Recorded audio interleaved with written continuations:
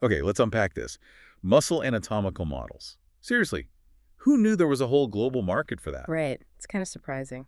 Welcome to the Deep Dive, where we take the sources you share with us and, well, dive deep to pull out the surprising facts and key insights. And what's fascinating here is getting to explore the numbers behind even these unexpected markets.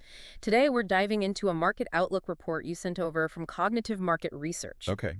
Our mission: just extract the key data points from this source and, sticking strictly to the numbers it gives us, understand the scale and trends of this, let's say, niche market. So what are we looking at? I mean, right off the bat, this isn't some tiny side hustle. No, not at all. The report shows this is a market already worth hundreds of millions and is projected to grow significantly. According to this source, the global market generated around $459 million back in 2021. Mm-hmm. It's projected to hit about $576 million right about now, mid-2025. And then look at this jump, forecasted to nearly double from its 2021 size, reaching over $905 million by 2033. Yeah, that works out to a compound annual growth rate, a CAGR, Yeah. of about 5.8% over that period. That's pretty solid growth for something like muscle models. Absolutely. And to really get a feel for that nearly billion-dollar figure projected for 2033, we need to see where that growth is happening. Right. The source gives us the regional specifics, showing up where the market is largest and, where the numbers suggest the growth is most dynamic. Yeah. We'll just stick to the figures presented here to map it out. Okay, let's dive into those regional numbers then, see what the data tells us. First up, North America. Mm-hmm. The source positions this region as a significant player. Its revenue was around $183 million in 2021, Okay. expected to climb to over $222 million this year, and then projected to reach almost $330 million by 2033. And the report gives North America an overall CAGR of about 5%. So yeah, a large and steadily growing market there. Definitely. Now, within North America, the source breaks it down further. The United States is clearly the dominant force, no surprise there, Right. accounting for well over half the regional market. Started at about $136 million in 2021, projected to reach over $235 million by 2033. Okay. Canada's the second largest player, according to these numbers, around $31 million in 2021, projected to grow to nearly $59 million. But here's an interesting little detail the source points out. Mexico, while it's smaller in absolute size, starting around $16.5 million, its projected growth rate, a CAGR of nearly 6.5%, is actually higher than both the U.S. and the North American average, which, based just on the data, raises a question. Why is Mexico's growth rate higher according to these numbers? What might that suggest about that specific market? That's fascinating. Different dynamics even within one region, just looking at the figures. Okay, let's move across the pond to Europe. Right. The European market was a bit smaller than North America in 2021, recorded at around $128 million. Okay. But it also shows healthy growth. Projected to be about $158 million in 2025, and expected to reach over $242 million by 2033. And the source gives us numbers for quite a few European countries. Germany and the UK look like the largest national markets in Europe from these figures, both starting over $20 million back in 2021 and projected for solid increases by 2033. France and Italy are also significant contributors, according to the data here, each starting over $10 million in 21 and showing growth. Okay. Then the report lists figures for Russia, Spain, Sweden, Denmark, Switzerland, even Luxembourg. It really shows this market has a broad presence across the continent, adding up to that regional growth. Right, a lot of players there. Now, here's where it gets really interesting, I think. Look at the numbers for Asia Pacific, or APAC. Yeah, this region stands out in the projections. Revenue was around $93 million in 2021, so starting quite a bit smaller than both North America and Europe. Definitely smaller back then. But the trajectory here, wow, it's rising significantly. Projected to hit over $123 million in 2025, and then forecasted to reach almost $218 million by 2033. That's a steep climb. These numbers really show a strong growth engine for the whole global market. And the source gives us the breakdown that explains that regional growth. China is clearly the leader in APAC, starting at nearly $31 million in 2021 and projected to more than double to over $77 million by 2033. Huge jump. Japan's another major player in the region, according to the data, starting around $19 million, growing to nearly $39 million. But the source specifically flags India for its, quote, remarkable growth. Its Yeah. numbers go from about $11 million in 2021 to a projected over $30 million by 2033. That's nearly tripling over the period, based on this report. Wow, okay. Remarkable indeed. Then you've got South Korea, Australia, Singapore, Southeast Asia as a whole sub-region, and Taiwan also contributing, all showing upward trends in their numbers. So connecting this to the bigger picture. Yeah, APAC, particularly China and India, based on these figures, really shows significant projected potential. Makes sense. Okay, let's head down to South America. Right. The market there stood at around $21 million in 2021, expected to grow to about $27 million in 2025, and over $44 million by 2033. So smaller in absolute size compared to the big three, North America, Europe, APAC. Yeah. But still projected for solid expansion based on these figures. Yeah. The source lists several countries here, too. Brazil is the largest national market listed for South America. Yeah. Started at about $8.5 million in 2021, projected to reach over $19 million by 2033. Argentina, Colombia, Peru, and Chile are also mentioned, with their numbers showing growth contributing to that regional total. Got it. All right, over to the Middle East. Market size, there was around $20 million in 2021, projected to grow to about $26.5 million in 2025, and over $43 million in 2033. So similar scale to South America, actually. So pretty close. Also with projected growth, according to these numbers. And for the Middle East, the source mentions Saudi Arabia as the largest national market, started at over $7.8 million in 2021, projected to hit over $17 million. Okay. Turkey and the UAE are also listed as significant contributors based on the numbers provided, both starting over $3 million and showing growth. Egypt and Qatar are also included in the source's data dump here. Right. Okay, last stop. Africa. Africa's market size was around $14 million in 2021, increasing to over $18 million in 2025, and projected to reach nearly $28 million by 2033. So the smallest regional market based on these numbers. Yeah, looks like it, but still showing a clear upward trend, definitely growing. And the source provides data for Nigeria and South Africa as key countries in Africa.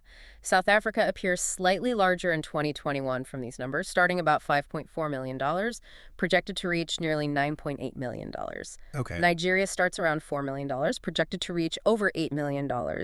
And the rest of the continent also adds to that overall growth figure. It's quite something seeing the numbers for a market like this broken down region by region. It really is. It reveals different scales and, importantly, different speeds of growth. Exactly. So what does this all mean when we pull it together? We've looked at the global picture, seeing a market expected to reach, nearly $1 billion by 2033. We've toured the globe through these numbers. North America is the biggest player today, Europe second, APAC showing incredible growth potential, particularly driven by China and India based on these figures. Right. And then we saw smaller but still growing markets in South America, the Middle East, and Africa. It's a market, like you said, you might not think about every day, but the data paints a picture of a pretty substantial and consistently expanding industry. Yeah, the main insight, I think, derived purely from this source is that clear projected upward trend across all regions, which leads to that significant global value by 2033. Right. And while North America is currently the largest based on these figures, the data definitely points strongly to APAC, specifically countries like India and China, as key drivers of future growth. They just show faster projected expansion rates. The consistent growth everywhere, though, even if at different speeds, suggests, an expanding fundamental demand for these muscle anatomical models over the next decade or so. Well, thank you for providing this source material for this deep dive. It really just shows how digging into the numbers, even for what seems like a niche market, can reveal a truly global picture of growth and activity. Absolutely. And maybe this raises an important question for you, the listener, to ponder, based purely on the numerical data we've just walked through. Okay. Given that projected growth from around $459 million to over $905 million by 2033, and specifically noting those differences in growth rates we saw, like Mexico's higher CAGR compared to the U.S., or India's remarkable growth noted in the source, or just the overall faster trend in APAC versus the steadier pace in North America and Europe. Okay. What specific underlying forces might be suggested by these differing regional growth rates alone? What do the numbers themselves hint at about what might be driving global demand for muscle anatomical models differently across regions over the next decade? Yeah. Something to think about indeed. That's it for this deep dive. Welcome to the Deep Dive. This is where we dig into the source material you send us, really focusing on what matters.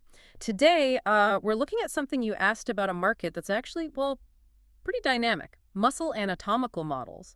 We've gone through the research you provided, mainly leaning on insights from cognitive market research. Exactly. And our mission today is really to unpack what's driving this industry, the key challenges, and also the really interesting trends that are changing how anatomy gets taught and learned. Okay, let's jump right in then. From the research, what really stood out about the main drivers? Well, a couple things, really. First, it's just the growth in medical education globally. Simple as that.